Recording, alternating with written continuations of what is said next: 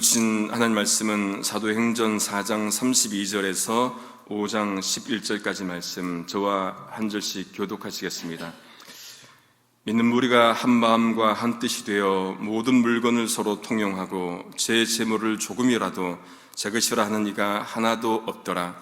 사도들이 큰 권능으로 주 예수의 부활을 증거하니 무리가 큰 은혜를 얻어 그 중에 핍절한 사람이 없으니 이는 밭과 집 있는 자는 팔아 그 판 것의 값을 가져다가 사도들의 발 앞에 두매 저희가 각 사람의 필요를 따라 나누어 주미러라. 구브로에서 난 레위족인이 있으니 이름은 요셉이라. 사도들이 일컬어 바나바 번역하면 군이자라 하니 그가 밭이 있음에 팔아 값을 가지고 사도들의 발 앞에 두니라. 아나니아라는 사람이 그 안에 삽비라로 더불어 소유를 팔아 그 값에서 얼마를 감추매 그 아내도 알더라. 얼마를 가져다가 사도들의 발 앞에 두니 베드로가 가로되 아나니아야 어찌하여 사단이 네 마음에 가득하여 네가 성령을 속이고 땅값 얼마를 감추었느냐. 땅이 그대로 있을 때에는 내 땅이 아니며 판 후에도 내 임의로 할 수 없더냐.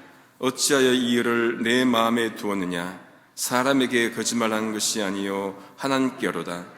아나니아가 이 말을 듣고 엎드려져 혼이 떠나니 이 일을 듣는 사람이 다 크게 두려워하더라. 젊은 사람들이 일어나 시신을 싸서 메고 나가 장사하니라.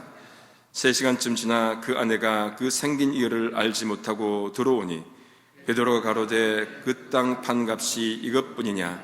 내게 말하라 하니 가로되 예 이뿐이로다. 베드로가 가로되 너희가 어찌 함께 꾀하여 주의 영을 시험하려 하느냐. 보라 네 남편을 장사하고 오는 사람들의 발이 문 앞에 이르렀으니 또 너를 메어 내가리라 한데 곧 베드로의 발 앞에 엎드려져 혼이 떠나는지라. 젊은 사람들이 들어와 죽은 것을 보고 메어다가 그 남편 곁에 장사니 함께요 온 교회와 이 일을 듣는 사람들이 다 크게 두려워하니라. 아멘. 베드로와 요한이 공리에서 이제 풀려나서는 동료들과 함께 기도를 했지 않습니까?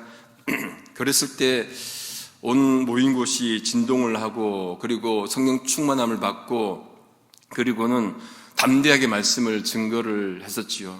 그랬더니 어떤 일이 벌어졌습니까? 믿음의 공동체가 생긴 거예요. 믿음의 공동체가 더불어서 함께 만들어졌습니다. 32절에 보시면은 믿는 무리가 한 마음과 한 뜻이 되어 모든 물건을 서로 통용하고 제 재물을 조금이라도 제 것이라 하는 이가 하나도 없었다. 그렇게 말씀을 하고 있습니다. 성령 충만하고 담대하게 주님 위해서 사니까 함께 모여서 제 것이라고 고집하지 않게 되었다. 그렇게 말씀을 합니다. 여러분 근데 이것이 쉽습니까? 쉽지 않아요. 우린 본성상 자기 것을 챙기려고 하는 때가 참 많이 있지 않습니까? 그런데 성령 충만하고 복음 위에 살다 보니까 이게 내 것이 그리 중요하지 않다는 것을 그들이 느꼈던 것 같습니다. 다 같이 공유를 하고 생활을 합니다. 33절에 보니까 사도들이 성령 충만하여 큰 권능으로 예수의 부활을 증거하니 무리가 큰 은혜를 받은 거예요. 어떻게 나타납니까? 결과가 어떻게 나옵니까? 그 중에 핍절한 자, 가난한 사람이 하나도 없게 되었다. 그렇게 기록하고 있습니다. 은혜 받으니까 내어놓은 거예요. 밭과 집 있는 자가 그 모든 것을 팔아서 사도들 발 앞에 놓습니다. 그리고는 각 사람의 필요를 따라서 나누어 줘요. 이것이 가능하게 되니까 가난한 사람이 없으니까 함께 모여서 서로 공동의 생활을 했던 것이죠. 사도행전 2장 44절에서 47절에도 같은 표현이 구체적으로 나옵니다. 제가 읽어드리겠습니다. 믿는 사람이 다 함께 있어 모든 물건을 서로 통용하고 또 재산과 소유를 팔아 각 사람의 필요를 따라 나누어 주고 날마다 마음을 같이하여 성전에 모이기를 힘쓰고 집에서 떡을 떼며 기쁨과 순전한 마음으로 음식을 먹고 하나님을 찬미하며 또 온 백성에게 칭송을 받으니 주께서 구원받는 사람을 날마다 더하게 하시려라.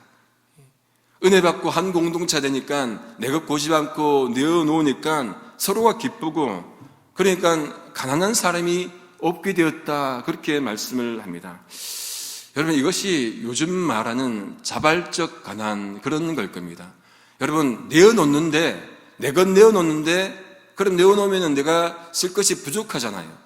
그런데 역설적으로 내어놓았는데 가난한 사람이 없게 된 거예요. 어떻게 가능합니까? 필요에 따라서 나누어 주니까 그렇게 가능했습니다. 이것이 은혜지요. 실제로 인물을 통해서 이 말씀이 맞다는 것을 이제 드러냅니다. 그부로 키프로스 태생이고 레위 사람이요 사도들에게 바나바라는 칭호를 받은, 별명받은 인물이 등장을 하죠.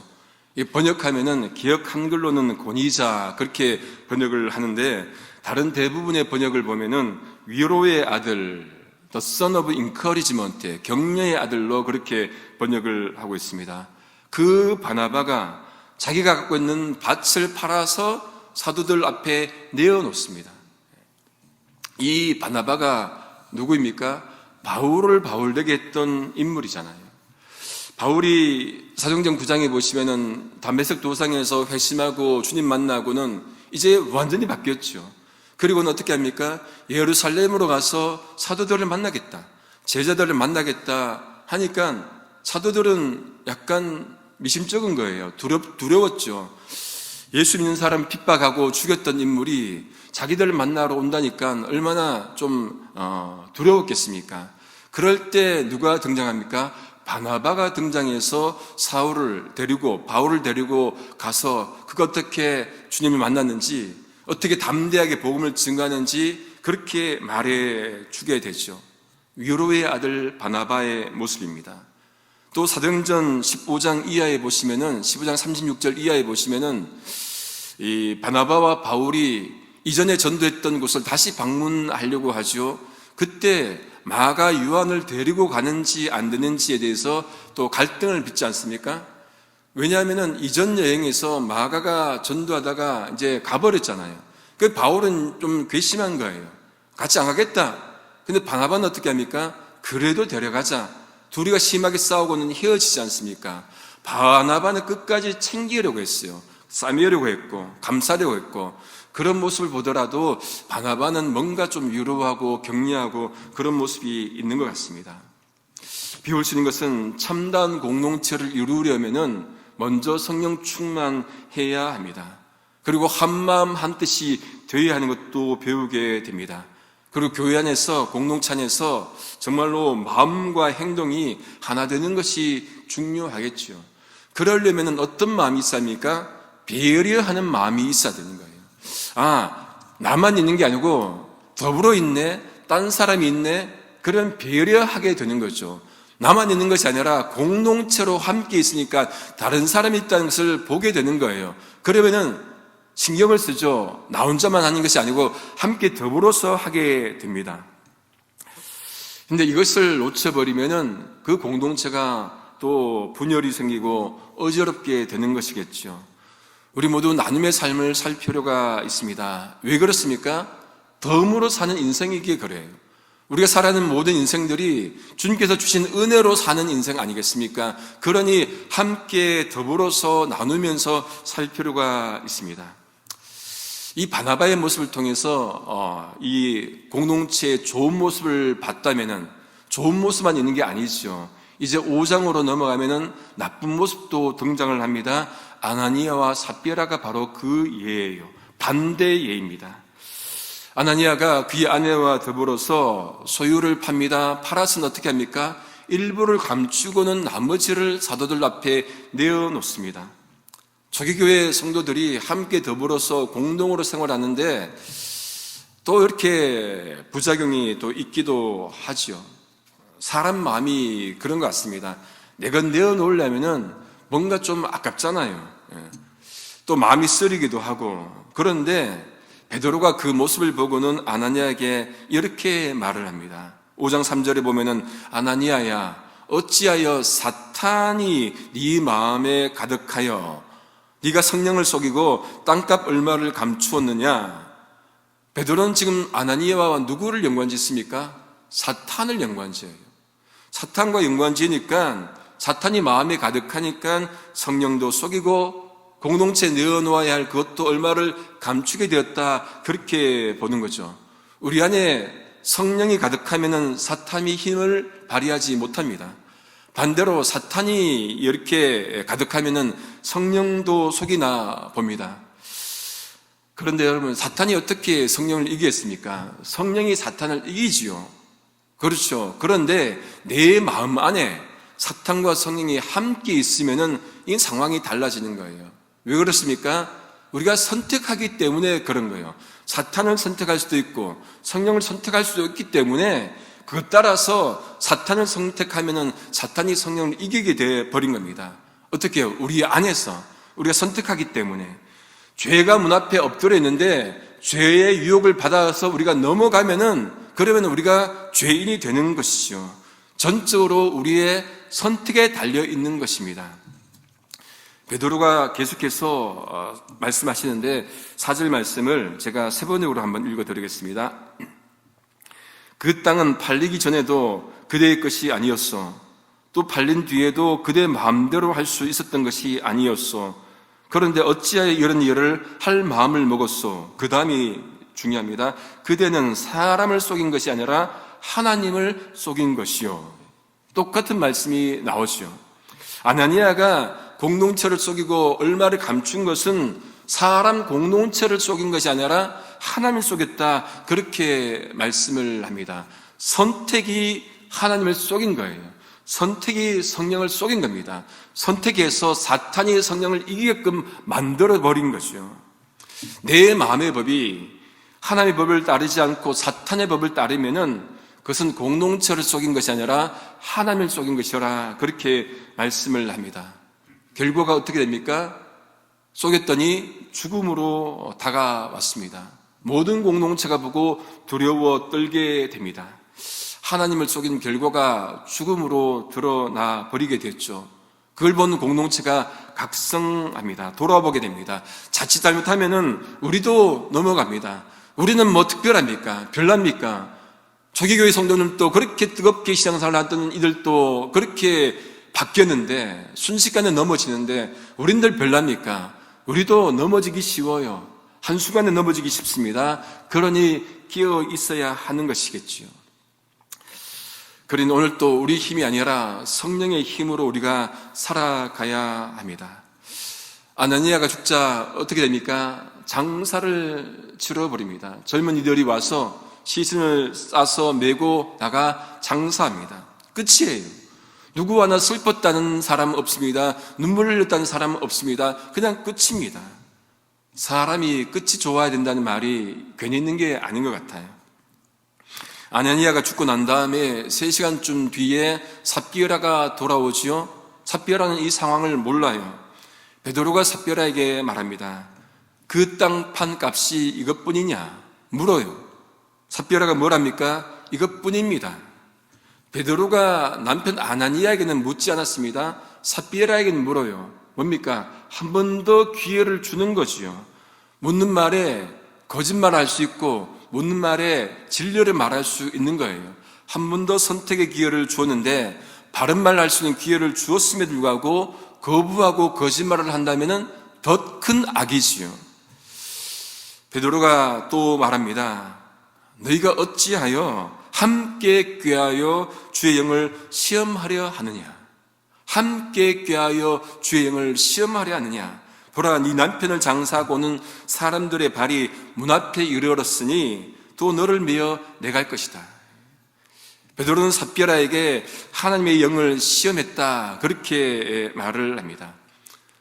배울 수 있는 것은 무엇입니까? 우리가 살면서 하지 말아야 할 것이 있다면 하나님의 영을 시험하지 않는 것, 하나님을 만홀히 여기지 않는 것, 하나님을 속이지 않는 것, 이것만큼은 우리가 지켜야 되는 것이라 할 수 있습니다. 다른 잘못들은 우리가 때로는 할 수 있죠. 하지만은 하나님만큼은 속이지 않는 것, 이것을 배우게 됩니다. 베드로의 말이 끝나자 어떻게 됩니까? 또 삽비라가 베드로 앞에 엎드려 쓰러집니다. 혼이 떠납니다. 또 젊은 사람들이 와서 시신을 싸서 메고 나갑니다. 하루아침에 부부가 그냥 죽어서 장지에 묻힌 거예요. 여러분, 장지에 가보니까 부부가 있는 묘지가 있죠. 보면 좀 아름다워요. 같이 묻히고 있는 그 모습들이.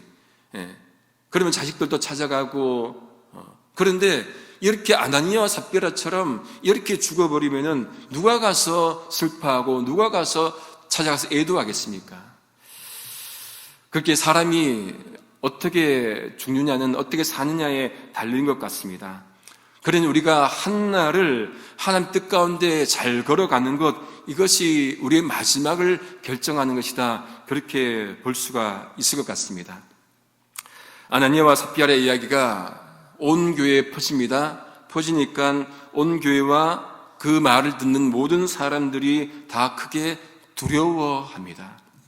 이것이 반면교사 배우는 것이겠죠. 이것 듣고 두려워하지 않는 사람이 어디에 있겠습니까? 배우는 것은 무엇입니까? 하나님의 것은 함부로 사적으로 취하면 안 되는구나. 하나님의 것은 공적으로 나누어야 되는구나. 라고 하는 것을 배우게 됩니다. 말씀을 정리합니다. 이 초대교회 공동체가 생긴 것, 이것은 사람의 능력으로 된 것이 아니라 성령의 충만함으로 된 것이지요. 함께 모여서 기도하고 성령 받고 하니까, 그리고 뜨겁게 기도하니까 말씀을 담대히 증거하고 모인 공동체가 우리가 이렇게 살면 안 되겠구나, 하나님 위해 살아보자 하니까 공동체가 형성이 되는 것이죠. 성령 충만함 받아야 가능합니다. 하나님 주신 우리의 나날들을 성령 충만하여서 우리가 가진 것들을 좀 나누면서 공동체에서 더불어 살아갈 수 있기를 성부, 성자, 성령이신 삼일체 하나님의 이름으로 소망합니다. 기도하시겠습니다. 존귀하신 하나님, 감사합니다. 연약한 죄인이기에 공동체를 생각하지 못하고 우리 자신만을 생각할 때가 참 많습니다.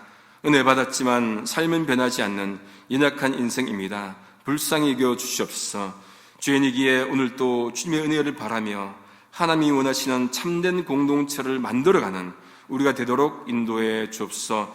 아나니아와 삽비라처럼 하나님 속이고 성령을 속이는 일이 없도록 우리를 붙들어 주시옵소서. 감사합니다. 예수님의 이름으로 기도드립니다. 아멘.